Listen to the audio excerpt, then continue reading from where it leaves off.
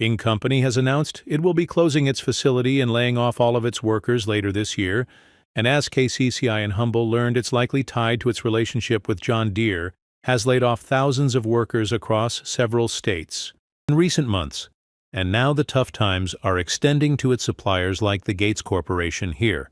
In Newton, national layoffs at John Deere are having John Deere just hit the brakes on U.S. production, and Donald Trump's reaction, oh, it's vintage meltdown.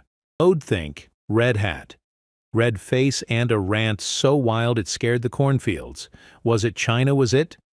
Biden, was it a rogue tractor union? Nobody knows. But Trump's response could power a combine on Pure Ridge alone if you thought you'd seen all the drama 2024 could. For hold my pitchfork, this is farm-fueled chaos. At its finest. Let's dig in John Deere tractors. I know a lot about John Deere. I love the company. But they've announced, a few days ago, that they're going to move a lot of their manufacturing business to Mexico. I'm just notifying John Deere right now, if you do that, we're putting a 200% tariff on everything that you want to sell into the United States. They think they're going to make product cheaper in Mexico and then sell it in for the same price as they did before, make a lot of money by getting rid of our labor and our jobs, and which means one of two things: our country is going to make a lot of money, or they're not going to build, they're not going to open, and or they're going to sell it to another country they're entitled to. Before we move on, smash that like button and subscribe, because you know you don't want to miss out on this one. John Deere just hit the brakes on U.S. production, and somewhere in Florida, a former president probably hurled a Diet Coke across the room. But here's the real question. With all these jobs disappearing, why is he more concerned about losing followers on Truth Social than about the people losing their livelihoods? Funny how priorities shift when you're more invested in online drama than real-world consequences. John Deere is moving some production from Iowa to Mexico. The company is acquiring land there to build a facility that will be operational by 2026. The facility will produce mid-frame skid steer loaders and compact track loaders. The move impacts workers in Dukey, though it's unclear how many workers. The company says this is in response to rising manufacturing costs, as the green and yellow juggernaut of American farming has decided to start outsourcing some of its iconic manufacturing operations. That's right, the same tractors that have been tilling U.S. soil since your grandfather was wearing overalls are now headed for production lines in Mexico.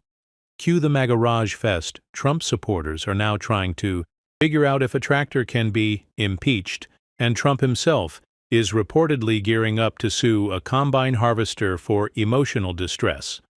Almost poetic. Just back in June, John Deere announced that they were relocating specific production lines to facilities in Mexico. Now, Donald Trump disagreed with this decision and left a significant threat that would ultimately affect the company's bottom line. John Deere, who did not have a direct comment on Trump's decision for the 200% tariff, but they reiterated their over $2 billion mission to keep enhancing facilities around the U.S. John Deere has recently laid off a total of 2,400 employees over the last several months. But the company will have to wait until the results of the upcoming election to see if Trump's promise comes to fruit. A man who promised to bring manufacturing back just watched America's most patriotic lawnmower company pack its bags faster than Melania during a prenup negotiation. Now, to understand the scale of this leafy green disaster, let's rewind. John Deere isn't just some boutique lawnmower brand for rich suburban dads. It's an American institution, a symbol of the heartland, the muscle of the Midwest, the reason your neighbor named his dog Tractor. So when Deere says it's moving factory jobs out of the U.S., it's not just news, it's A5 alarm fire in Red Hat country. Trump has made the decision that tariffs are the way to go for his policies, and in some cases, they have worked, by the way. I don't think the Biden administration has actually removed any of the tariffs that Trump imposed on China. So I think at the end of the day, we're going to see what happens with Trump and these tariffs and John Deere. But my biggest question is, what's the future of the Republican Party? Are they economic libertarians? as VCA asks, or they are protectionists and implementing protection, and the factories closing. Oh, they're not in coastal liberal enclaves, sipping oat milk. They're in places like Iowa and Illinois. You know, the places that threw rose petals at Trump's feet when he showed up, promising steel walls and coal mines. Those factories employed thousands of workers, many of whom believed Trump's campaign speeches were gospel and that NAFTA was the Antichrist in a trade deal. So what made Deere decide to ghost? American workers, like Trump? Ghosts, unpaid lawyers. Well, it starts with a little thing called profit, and not the Bible kind. Trump holds upside down in photo ops, the financial kind. John Deere claims it's about supply chain optimization, which is corporate speak. For Mexico is cheaper and robots don't ask for health insurance between rising labor costs, a tight U.S. labor market, and the sweet siren call of lower wages elsewhere. Deere just decided to drive its green machines across the border. But don't worry, they'll still market them with bald eagles and freedom slogans. The markets I lost personally, I'd averaged about between $50 and $70. $1 a year for 4 years, running, well, roughly $4 million. That I lost under Donald Trump. I know they want to make your trucks and your tractors electric too. Anybody have Annie's big, beautiful John Deere? Raise your hand yes. How would you like to have a big battery attached to the top of it, bigger than the tractor itself? That's part of the problem. It's got a lot of problems now. Here's where it gets funny, because irony is a cruel farmhand. One of the big reasons this shift is happening tariffs, that's right. The glorious trade war that Trump launched with the subtlety of a toddler in a fireworks factory has now come back to bite his base. When Trump slapped tariffs on steel and aluminum, companies like Deere had to eat those extra costs like they were part of a McDonald's value menu. So not only did Trump's economic genius inflate the cost of making tractors, but China responded with their own tariffs, hitting U.S. agriculture like a wrecking ball with a soybean farmers couldn't. Export crops rotted and demand for big, shiny green machinery started plummeting. It's almost as if economic policy shouldn't be based on cable news segments and psychic readings. But of course, none of this was Trump's fault. Just ask him if you do, you'll heart that the real reason. Deere is moving production is drumroll Joe Biden, Antifa, windmills, or maybe even Taylor Swift. Former President Trump has proposed a 200% tariff on John Deere tractors if they're made in Mexico. Are you concerned that some of these tariff proposals by the GOP nominee could drive up costs for consumers or hurt urban exporters? In Kentucky, for example. Yeah, I'm not a fan of tariffs. They raise the prices for American consumers. I'm more of a free trade kind of Republican that remembers how many jobs are created by the export. Trump's reaction to the John Deere exodus was like watching a soap opera written by a tractor salesman with a grudge. First came the finger-pointing, not at himself. Of course, that would require accountability, concept less familiar to Trump than vegetable. Instead, he blamed everyone but himself. He blamed Democrats for not keeping factories chained to the U.S. He blamed globalists, environmentalists, and possibly even the Teenage Mutant Ninja Turtles. But somehow forgot that his own administration gutted regulations, empowered corporations, and launched a tariff war that made manufacturing more expensive than a Mar-a-Lago brunch buffet. Then came denial, glorious red-faced, sweaty denial, according to those in the Trump allegedly tried to spin the Deere move as a strategic repositioning that had nothing to do with him. Yes, and bankruptcy is just a lifestyle choice. He even claimed that John Deere would be back, just like he claimed Mexico would pay for the Walland, that his health care plan was 2 weeks away. It's always 2 weeks away, somewhere out there. A mythical binder labeled Trump Care is being guarded by Anacorn. His supporters, meanwhile, began spiraling faster than a cornfield tornado on message boards and social media echo chambers. Conspiracy theories blossom. Deere Company reported a net income of more than $2 billion for the second quarter after a 12% drop in revenue. Deere Chairman and Chief Executive Officer John May attributes the drop to declining global agriculture and turf demand. But May says the construction industry remains strong, and Deere is forecasting net incomes for the year at $7 billion. The quarterly news did make an impact on Deere's stock price, which fell almost $20 a share in today's trading. What's one more thing about John Deere that you would like to add? Yeah, sure. Maybe one final thing I'll add is that, John Deere is an American company, started in Moline, Illinois, and has spread across the United States. And it's really cool to see the machines still built here, even though they're shipped overseas and to many parts of the United States. But at the end of the day, an American company that we can work with and, have close ties to within the United States. And maybe John Deere was infiltrated by woke liberal CEOs. Maybe George Soros bought a tractor. Maybe it's Biden's fault for eating ice cream instead of personally building tractors in his basement.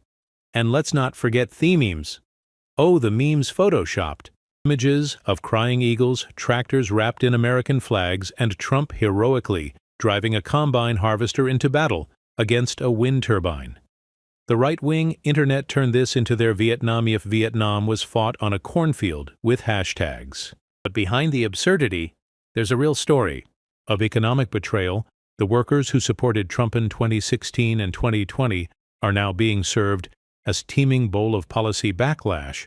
The very same deregulation and corporate tax cuts that Trump championed made it easier and more profitable for companies like Deere to ditch the heartland and head south. And the final insult: Deere is not just moving out, they're investing big overseas. That's like breaking up with your high school sweetheart, then buying your new fling a house in Cancun, all while telling your ex they should have smiled more.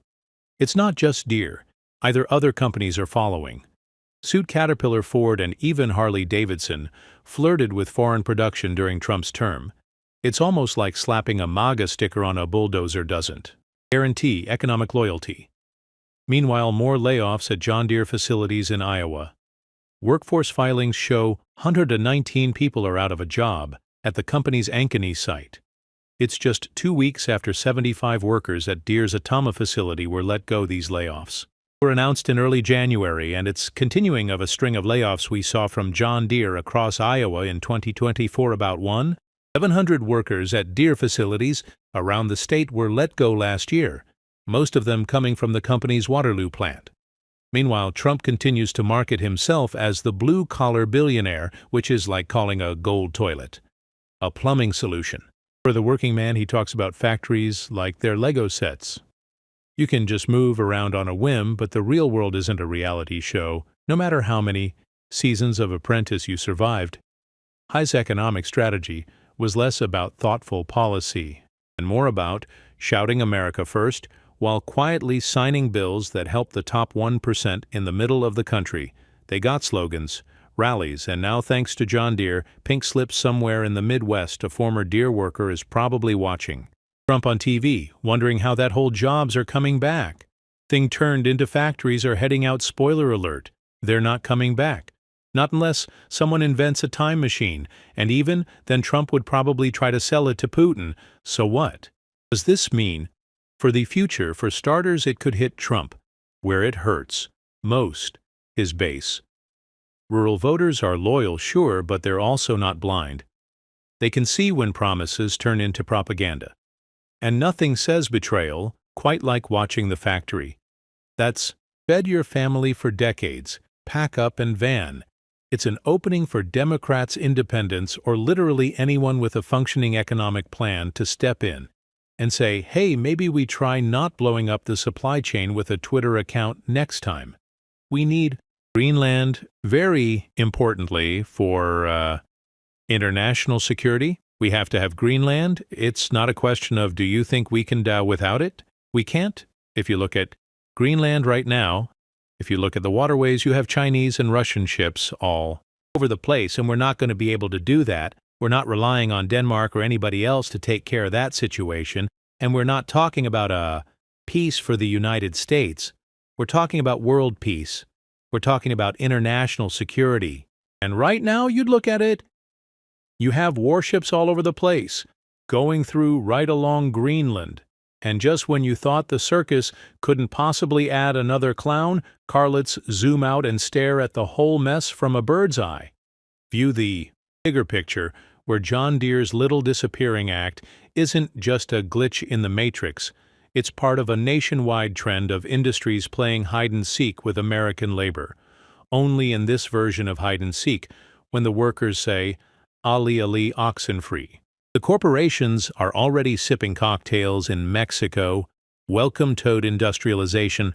America's slow-burning love affair with offshoring use. Manufacturing giants have figured out that building stuff where people work for 10 cents and a bag of chips is more profitable than employing union-backed workers who might gasp for a lunch break or safety goggles. And just like that, the land of opportunity became the land of your job is now in labor unions. Or remember those, they used to be the muscle behind. The working class now, they're like blockbuster nostalgic. Mostly gone and only resurfacing when someone wants to make a documentary.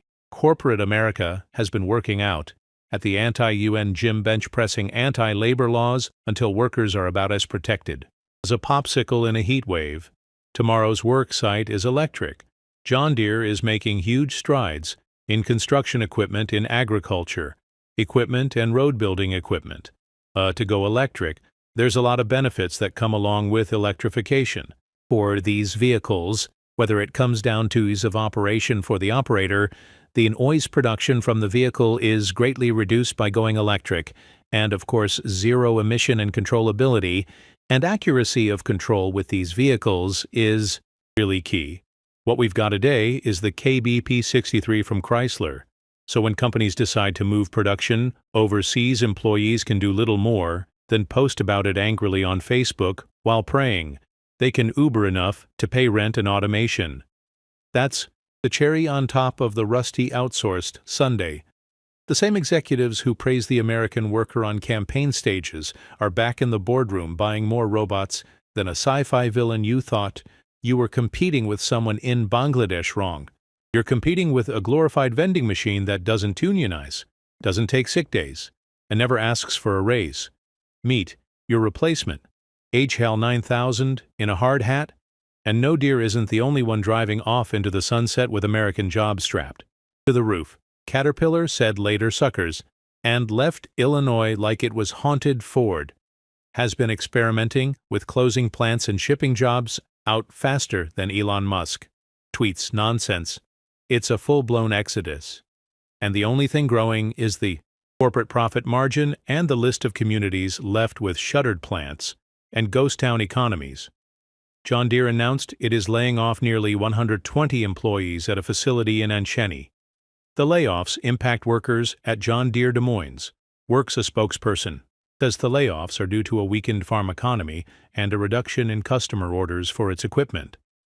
The layoffs will happen on March 28th, April 4th, and April 28th. But wait, enter the orange-caped crusader himself, Donald J. Trump, the self-proclaimed savior of American manufacturing, waving a Maidentown flag while promising to resurrect factories like a spray-tanned necromancer. Remember his big economic promise. I will bring jobs back like some kind of industrial Santa Claus with an empty sack in. Twitter account, well, spoiler alert, he didn't bring them back. He helped them pack because while he was busy throwing tariffs like confetti at a loser's party, his tax cuts rewarded companies for stashing profits offshore. It's like giving you're cheating. It's a medal for loyalty. His trade wars were supposed to be his economic masterpiece.